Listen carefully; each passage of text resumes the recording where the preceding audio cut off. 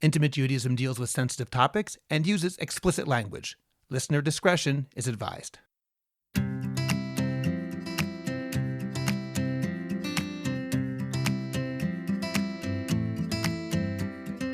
Welcome to Intimate Judaism. I'm Rabbi Scott Kahn. And I'm Tali Rosenbaum.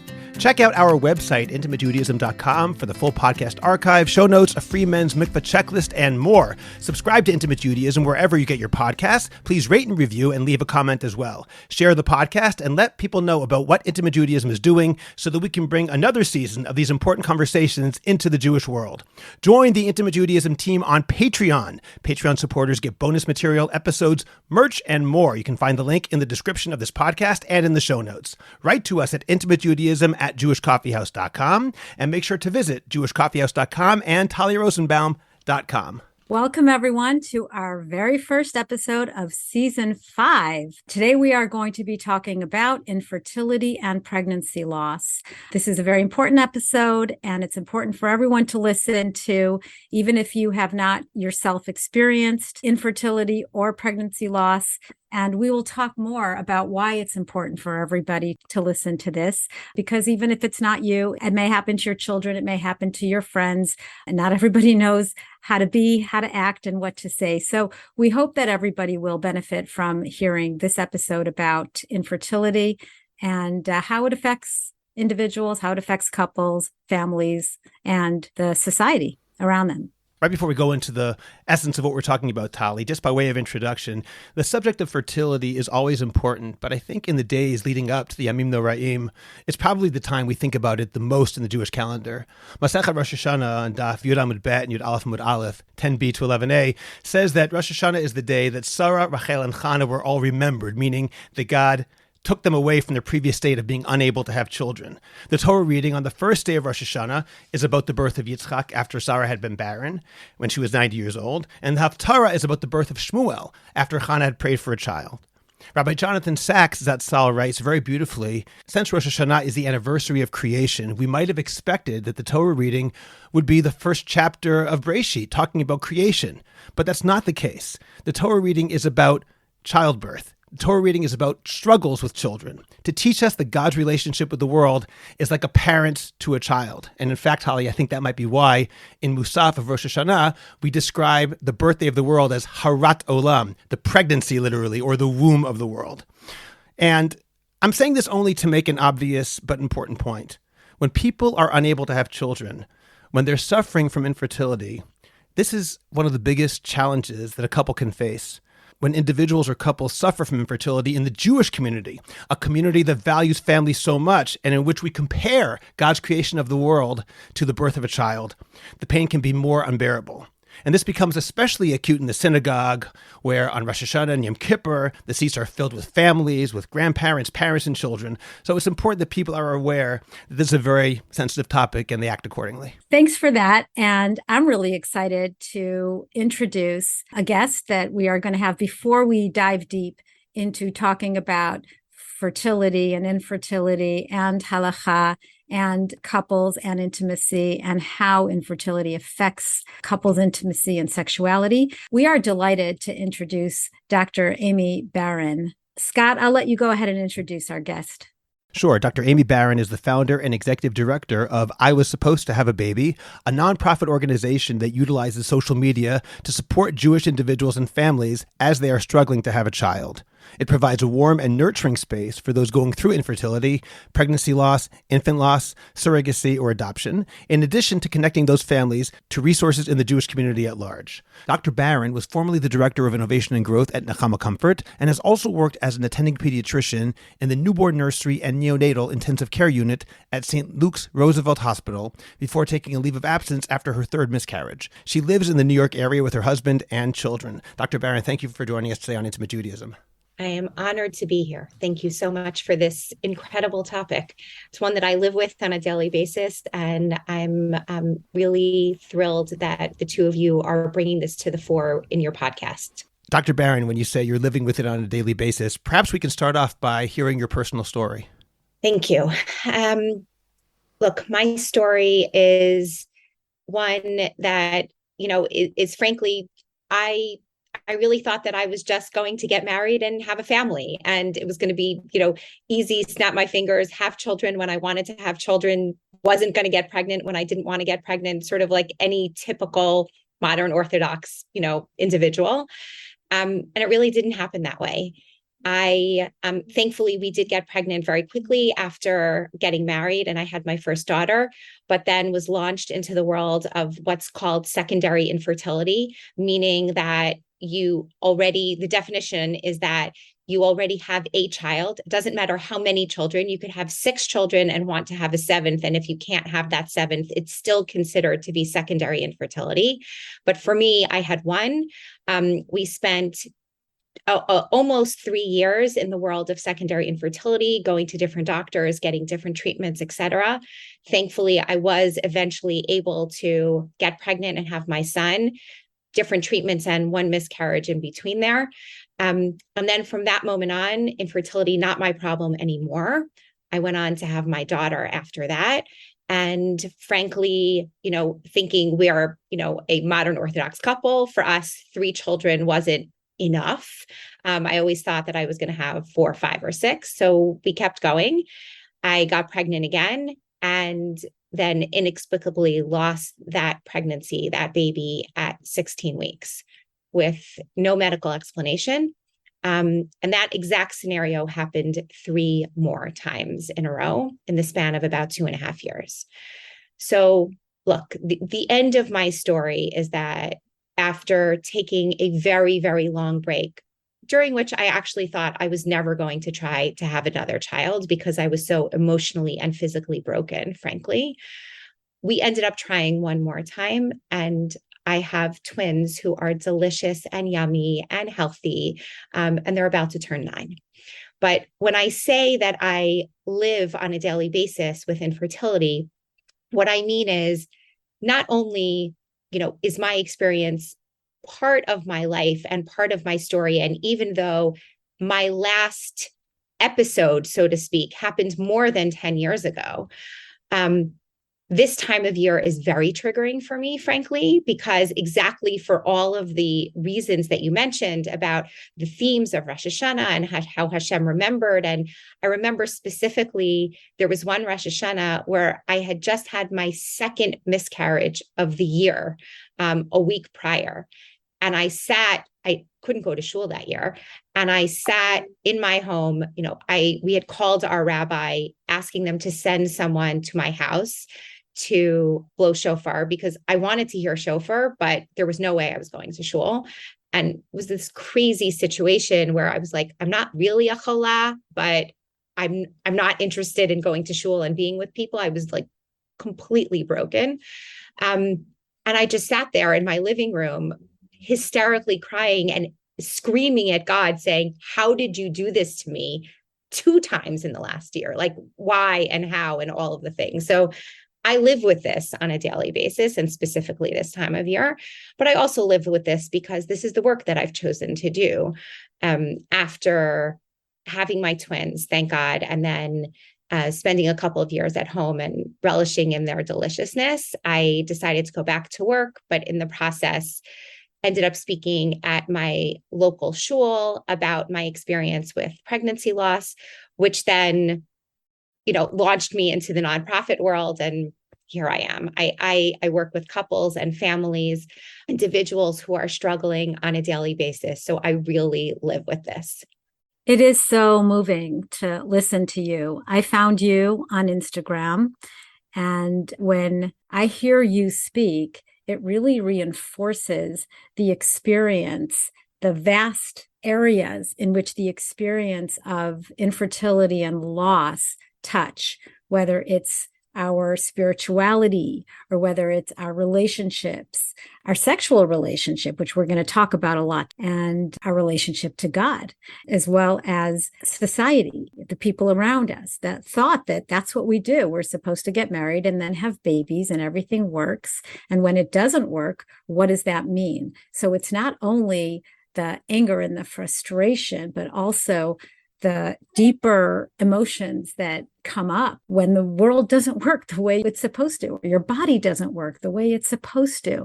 I think there is so much it makes me think like we're probably going to need to do another podcast just on this subject. But the other thing I want to say that I learned from listening to you is that, we look at infertility as being specifically related to a married couple who gets married and try to have a baby the regular way, and then it doesn't work, and then they begin a process looking into what might cause the problem. But what we don't talk about and what we need to include, and I know that you include it, which was really impressive, is that fertility challenges can happen in any kind of situation in which there aren't the normative resources for pregnancy to happen easily, whether that's LGBTQ couples who are Jewish, whether we're talking about a couple who may be healthy but married very late and they're really in a hurry, whether we're talking about older singles who want to harvest their eggs or maybe even want to bring a baby. So I think that what we want to be able to do is broaden our concept of when infertility is an issue, and even when you're single, when you're not even thinking about a young single, when you are a teenager or in your 20s and you're maybe dealing with endometriosis or PCOS, which I might leave you to talk about, but really thinking about our reproductive health throughout the life cycle. And this is talking about women, but I also hopefully today will want to spend a few minutes talking about male factor infertility as well, because there are a lot of issues around that can affect men, emotionally, as well as how they interact with their partner. There's so much to talk about. My question to you is this: could you provide some kind of template if we're looking at a typical heterosexual married Jewish couple? What would a typical journey look like of trying to have a baby, and when it doesn't happen within a few months? Can you talk about, what do they say in yeshivish? What's the mahalach?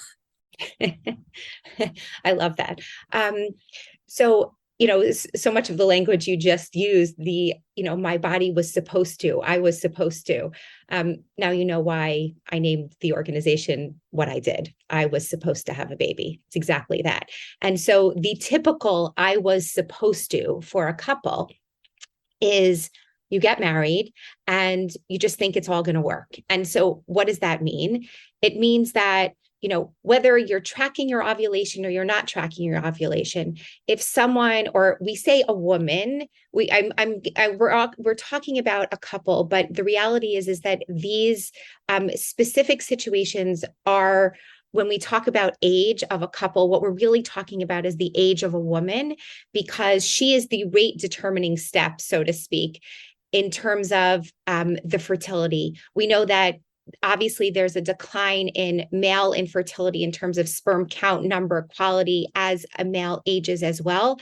But the woman's fertility is more hinged on her age, on her chronological age. And so that's when I talk about age, I'm talking specifically about the woman. So what we say in the medical world is that if a woman is under the age of 35, it can take up to a year, even when things are perfectly normal, both on her side and on the male side. It can take up to a year for them to get pregnant. And so we do not recommend that anyone seek out any medical guidance until they have been trying for a year.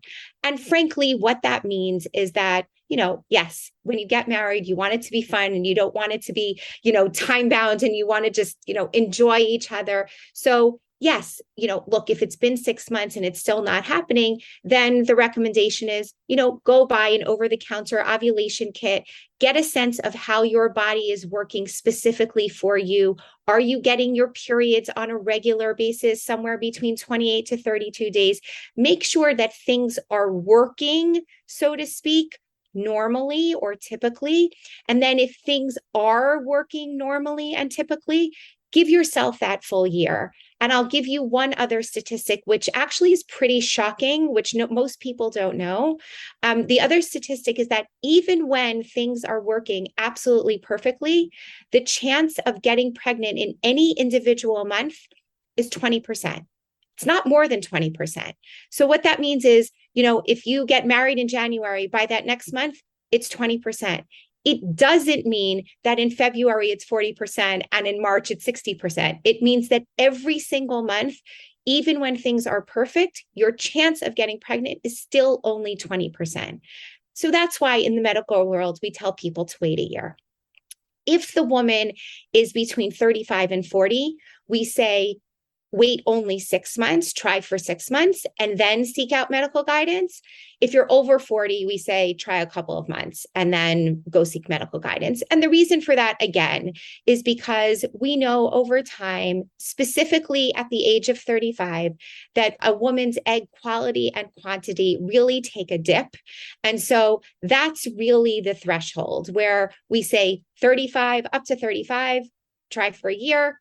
35 and 40, 6 months, over 40, get yourself to a doctor pretty quickly. Okay. And as far as the actual testing or procedures, can you just quickly go through the basic main ones? Sure. So what happens when you do seek out your doctor?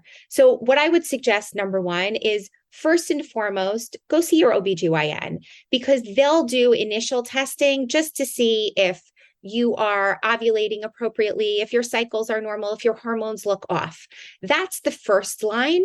And sometimes what people will do is even within that year, let's call it you're under the age of 35. Again, as I mentioned previously, they might check in with their OBGYN and say, hey, what do you think? And can you check my levels? So that's your first step. The second step is then to make an appointment and go see a reproductive endocrinologist. We call them an RE or fertility doctor, as they're most commonly known. That doctor will then take the woman through a battery of tests, its blood tests, its ultrasounds. Also, they often do a test which is called an HSG, which is a hysterosalpingogram, where they shoot dye through your fallopian tubes to make sure that they're open and patent. And I'll explain that the fallopian tubes, basically on every cycle, a woman makes one single egg. One egg is released from her ovaries and it travels through the fallopian tubes and lands in her uterus. And then if you're having sex at the appropriate time, then the sperm, in an ideal situation, the sperm then reaches the egg within the uterus and then will implant in the uterus. And so what you want to do is, even if your hormone levels are perfectly fine, you want to make sure that that tube, that fallopian tube, is patent, is open. So those are really the kinds of tests that are done on the woman. I just have a question. Sure. This test sounds kind of invasive, and I'm wondering, does this test take place before testing the husband's sperm count? So you're asking an excellent question, which is one that I was just about to get to. Look, invasive, it's done under ultrasound guidance. What it is basically the doctor takes a tiny little tube that's filled with dye and puts it inside the woman's cervix, and the dye is shot, therefore, into the uterus, and then it backfills into the fallopian tubes if everything is open.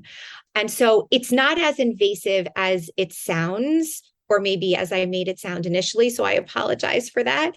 But just as a total parenthetical, I will say that this procedure is often painful.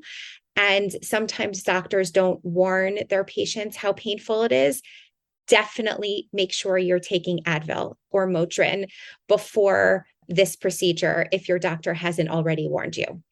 But now back to your question about the men. This is really very dependent on your rabbi, frankly. Look, we all know that it takes two to make a baby. You need an egg and you need a sperm. And if the woman, with everything that all the testing that I mentioned in regard to the woman, all of that is fine, but no one has tested the man, then we're missing 50% of the problem potentially.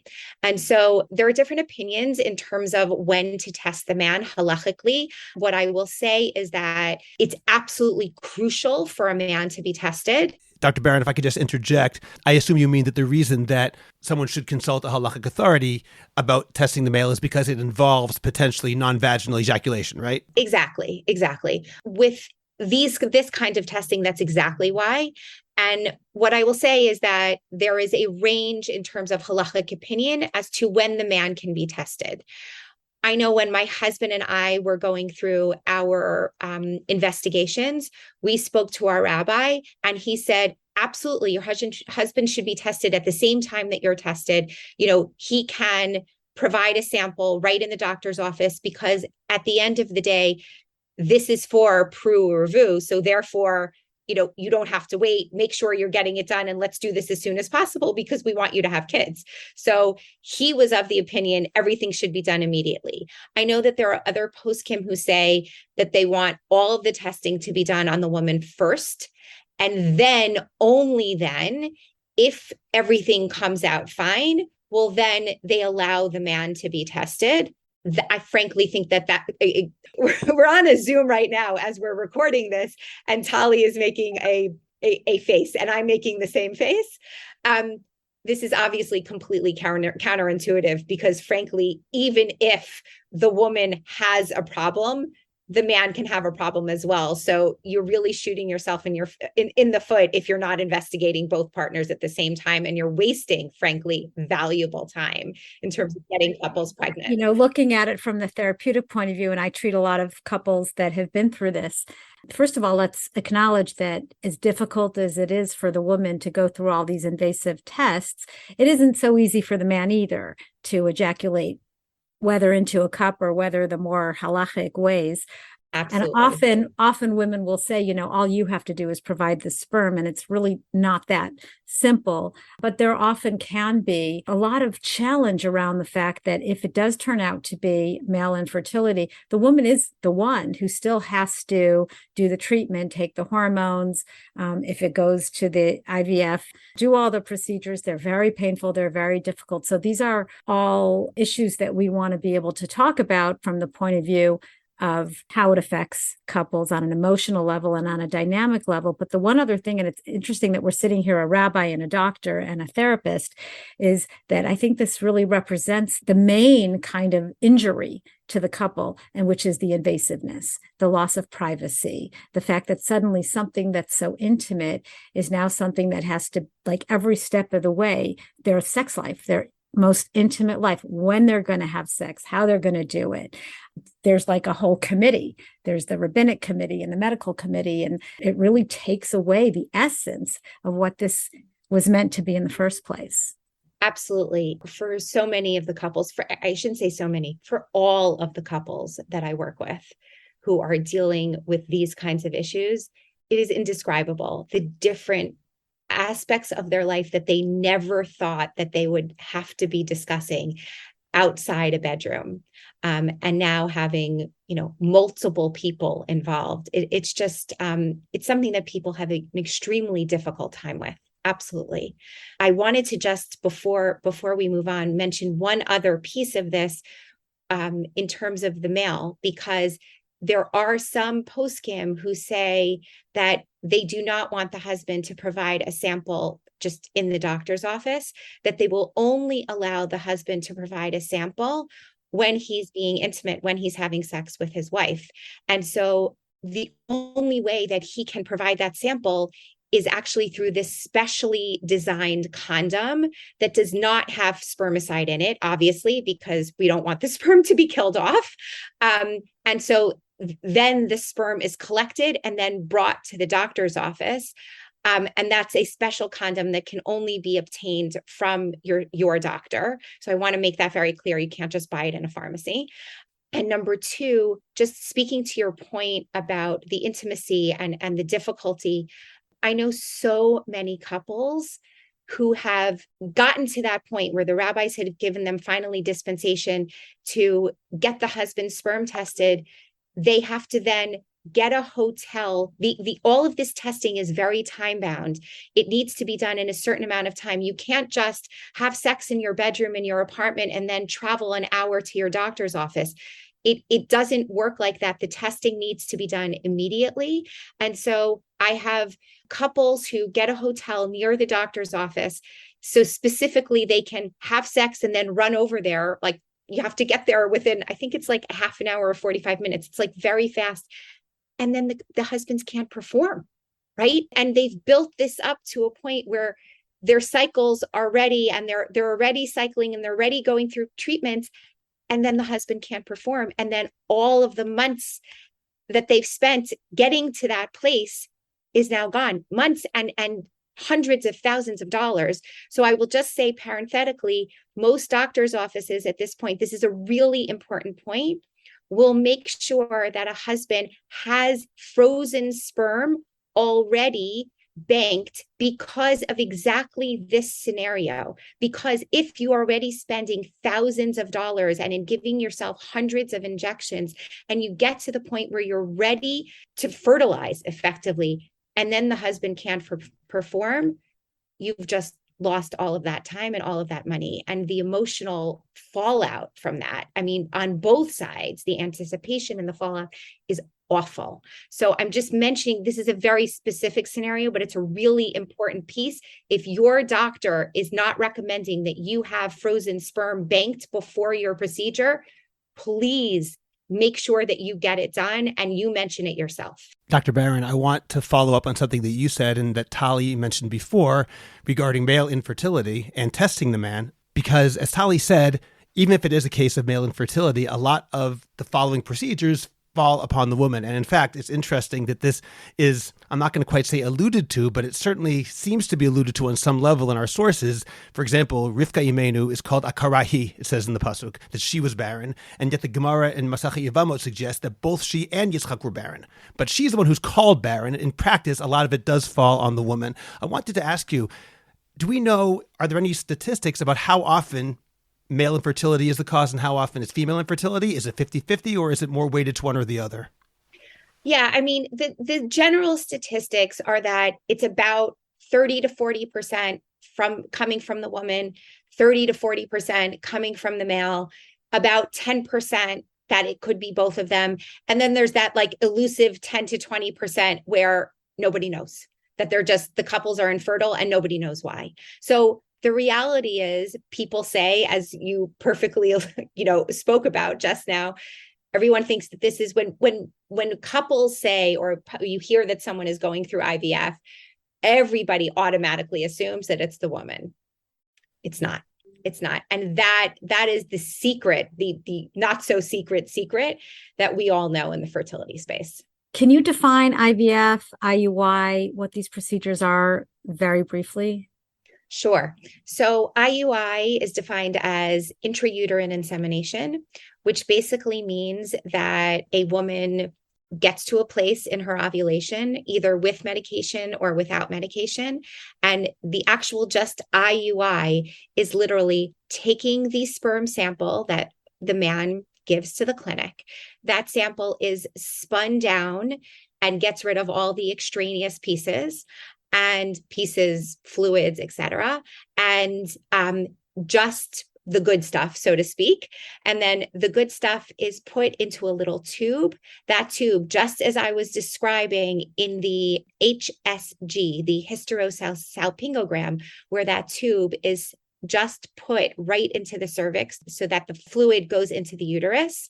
So in the same way, this tube for intrauterine insemination, it's named perfectly, is that tube goes into the cervix and then the sperm then goes directly into the uterus. And so it's what's more commonly known as the turkey baster method, where you're just shooting sperm up there. So that is an intrauterine insemination, an IUI. IVF is in vitro fertilization. IVF means that a woman is going to be taking a number of different medications, whether it's by mouth and or injections, over the course of the beginning of her cycle. And then the man will provide the sperm sample that will be spun down, et cetera. And then what happens is that when the woman is ready for ovulation, when she's determined by her doctor that she's ready for ovulation, then she undergoes a procedure. And this is a more invasive procedure in that the woman is put out, she is sedated, and then the doctors then go in still through the vaginal canal.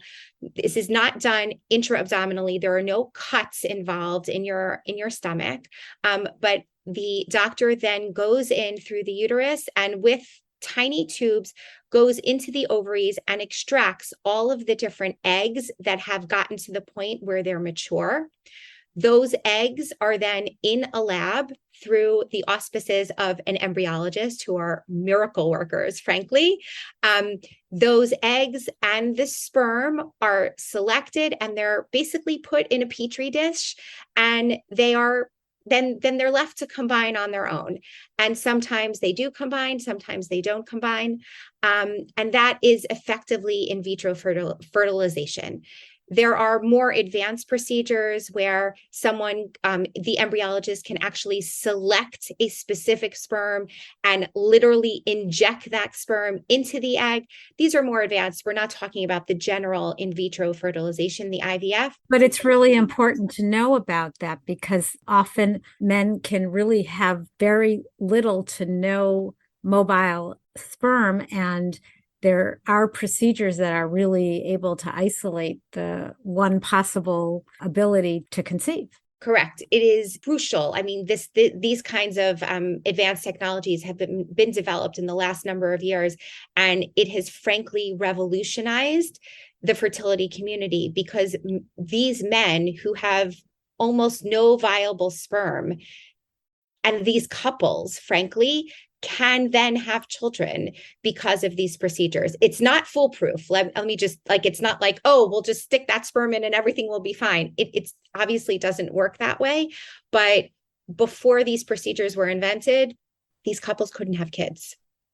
It's miraculous. So the backstory to all of this important technical information is that you have a couple who are usually in their 20s or 30s, and they're living this. They're living all the anxiety around it, all the frustration, all the pain, and a lot of the guilt and the shame when it's not working. Dr. Barron, I just want to ask you about your organization. You mentioned it before. I was supposed to have a baby, of which you are the executive director. Can you talk about who that's for and what you do? Thank you. Our organization was built because of my own personal story. I had really almost nowhere to turn when I was going through all of our struggles and felt really alone. And I really wanted a space for anyone in the Jewish community to be able to come and get emotional support around all of these different kinds of fertility struggles, as you alluded to, as you mentioned earlier, Tali.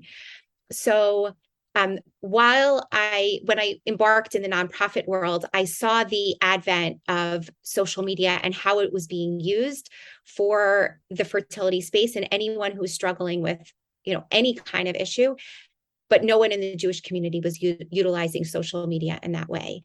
And so I Was Supposed to Have a Baby is really a space, and we use Instagram purposely for this, and I'll explain why in a second, but is a space for literally anyone in the Jewish community, from the right to the left, religious, non-religious, you affiliate, you don't affiliate, whatever it is, anyone in the Jewish community with any kind of fertility struggle to come and get support. And what we do is we talk about the emotions, how hard it is. We're now in the, Rosh Hashanah time and coming to shul and seeing all of these themes, these readings about God remembering, all of our imahos and the different figures in Tanakh, and how maybe he's forgotten you and how hard that feels, right? Or anyone in your community where your WhatsApp chat is blowing up with everyone else who is having babies and you're left behind. Or maybe you haven't found your partner and you need to freeze your eggs, or maybe all of the thousands of other reasons. We talk about the angst and the emotion. We don't get into the nitty-gritty of the medical or the halachic or the financial support. There are so many other wonderful organizations that handle that piece of it. We handle the emotional piece. And that is frankly the work that we do. We chose Instagram specifically because that is the demographic of those who are in their fertility years. Instagram's demographic is the 20 to 40-year-olds. Obviously, we know that there are people who are thinking about this much earlier, and there are those who are still thinking about it and frankly also want to support their family members who are going through it, who are older. And so we're also on Facebook, we're on LinkedIn, and we're also on TikTok. So we utilize every kind of major social media platform in order to be able to spread our message. This was amazing. And I don't want to let you go because I actually have one more question. I think that we could sit here for hours. You were supposed to hop on for the first 15 minutes, and we've already had you on for 45. Could you talk just for a moment about people who want to provide empathy, compassion, understanding? They may or may not have had struggles on their own. I think this is something that you also deal with when you talk about dealing with the emotional aspect. What do you say? What do you not say? What can you provide to our listeners? I know that not everybody is the same. Couples are very different. Some are very private, some are very public. But how do we acknowledge? How do we talk about it? How much time do you have? Look, I mean, this is what I spend my days and nights, a lot of my days and nights doing. And there are no simple answers, unfortunately, because as you just said, every couple, every person is very individual. There are some people who are going through fertility challenges for years and never breathe a word about it, even to their own parents. And there are others who announce that they're trying to get pregnant and say, hey, we're trying, and announce it to their entire friend group and community. So it really, frankly, runs the gamut. And it's sometimes hard to know what to say, what not to say. And I think that is the pitfall for people, because what happens is people then end up saying nothing. They might think someone's been married, for 3 years, for 5 years, for 7 years, and that they're in a community that would have had children ideally, if they were the ideal couple, so to speak. I can't believe I'm using that word, but if they were that ideal couple, they would have had children many years ago. Or sometimes even, that someone in your community or your family has had a loss and you don't know what to say or what to do, so you just say nothing. So if I could sort of on one foot give the listeners here advice, I would say, number one, don't ignore people. If you know that they are going through some kind of a challenge or they have been through some kind of a challenge, don't ignore them and don't avoid the topic. I'm not saying that you should bring it up at every Shabbos table, and I'm not saying it should come up into every conversation, but the gentle, how are you doing today? I'm thinking about you.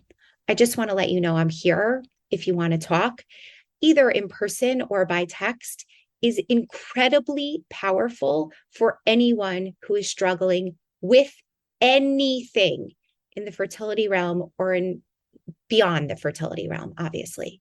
So that's number one. Don't avoid the topic and make sure people know that you care.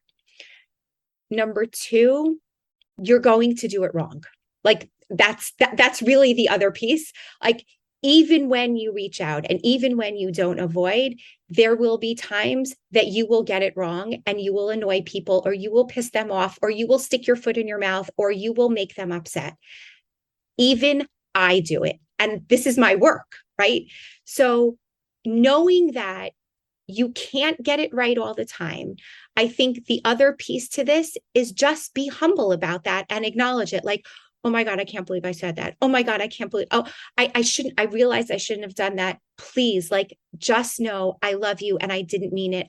Just acknowledge your own fallibility. Our human limitations, Exactly. Yes. Just acknowledge it. That when people know that the comment is coming from a good place, or that you yourself have good intentions, they are much more likely to let that comment slide off their backs, as opposed to taking it to heart and remembering it every day for the rest of their lives.